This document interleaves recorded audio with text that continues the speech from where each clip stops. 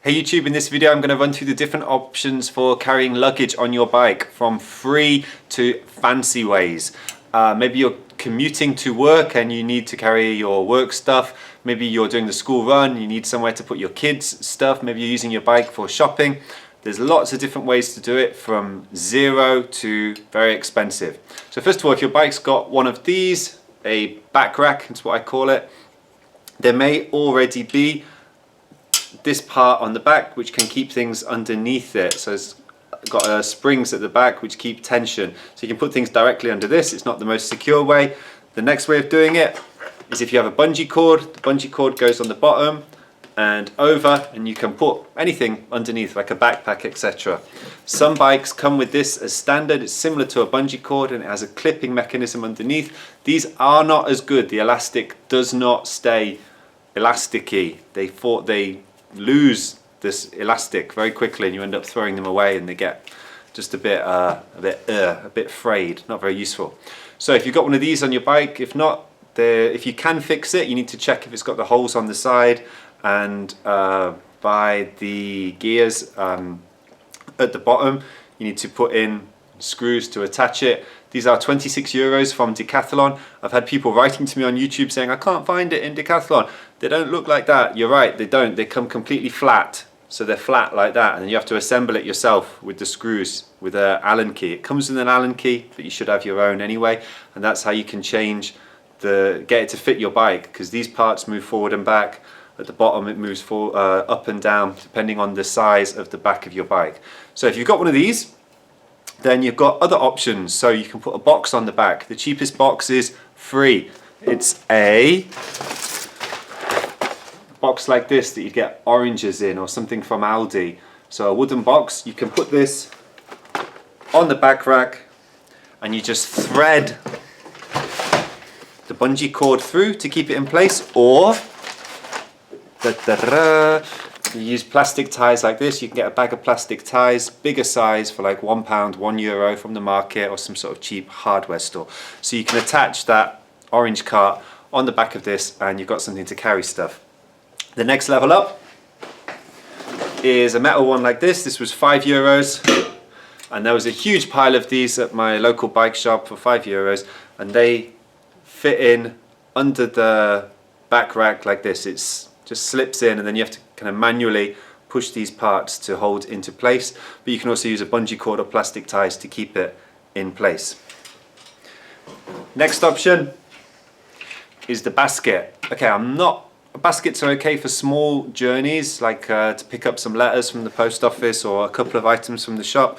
The problem I have with the basket is you can't fit that much in it because the size is fixed.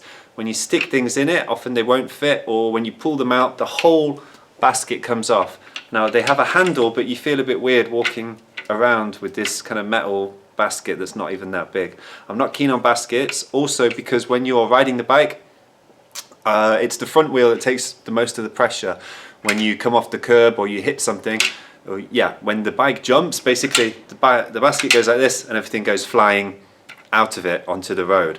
Also, it's open, like the orange carts. People can take things out very easily. If you live in a high crime area and you've got your handbag or something in there, people can just take it out. So that's the basket. Now I know you can get much nicer versions that are covered, that are fancy. I'm not that keen just because the size isn't that big. The nicest one I've seen though, if you're obsessed with a basket, is a wicker basket fitted for a bike. So looks absolutely lovely on a ladies' town bike. This clasping mechanism though, to hold the basket into place, it never lasts that long. It's just a small kind of groove there that's clicking, that the basket clicks into, and it gets worn away very easily, and the basket never seems to stay in place for that long. So back to the back rack. I'm going to go through a couple of different options, but first I'm going to talk about saddlebags. So if you're a racing bike enthusiast, you may want to have a saddlebag. I don't have one with me because I don't think they're great. So it fits under the seat post. The problem with this is, well, it's small and it wobbles a lot. It's also tricky if you want to move on to a different bike or take it with you. It's a bit of a faff, a bit annoying getting it on and off again, but mainly it's just that it wobbles. The tension never holds properly on the seat post. You can have them for the front of the bike as well, but they're small, they wobble, they're not great. Okay, so now for a pannier bag. This is basically the cheapest one you can get from Amazon. It's called Pedal Pro. It's about 25 euros. Now you think it's okay, but it's not, because it attaches with these sorts of clasps. Now the annoying thing about this is, if you have to attach it to the back rack, is that if you ever want to take it off, you then have to fiddle and take all of these off to take it with you. So if you're using this for work or commuting, or you just got valuable items in it, you can't take the whole thing off easily. It's a pain to get on and off, which is why these ones are better. This was about 30 euros from Decathlon. They seem to have a big range. You can get them in single or double bags. So this has got hooks on it. So it hooks on onto the back rack, basically. It hooks on. And then it's got some Velcro as well to keep it in place. Now what I really like about this is you can just take it with you and carry it. So I had an experience recently. I had a flat tire on one of my bikes. I needed to go onto another bike. The other bike was about 1 kilometer away, and I have to walk with this on my shoulder like a weirdo, because there's no way of carrying this easily. But these ones you can carry easily. You just need to think about how much space you really need. Both sides is too bulky for me. Even when I'm going away for like 2 or 3 days on a bike trip, one side would have been enough for food, clothes, toiletries, etc. 2 sides is really huge. This is the Elops brand by Decathlon. What I do like about it is the material feels more waterproof than the Amazon version, and they've put a lot of thought into the design. So you have these areas here that you can hook lights into. Basically, you can hook a light like one of these LED lights, which I talked about in my other video, and you can also collapse one of the sides, which is really clever. So there's Velcro inside to help you reattach it, to make one side flat and one side big to put all your stuff in.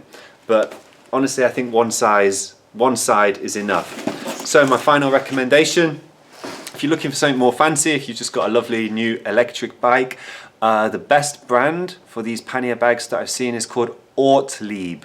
O-R-T-L-I-E-B. It's a German brand, and it uses this tarpaulin material, which is super waterproof, and it just looked really high quality. It was about 120 euros for one side with the hooks, but it looked really high quality and fancy. So if you've got the money, that's the one I'd go for. Okay, I hope that's been useful. If so, give me a thumbs up. Questions, stick them in the comments below. Subscribe for more videos on accessories and electric bikes. Thanks.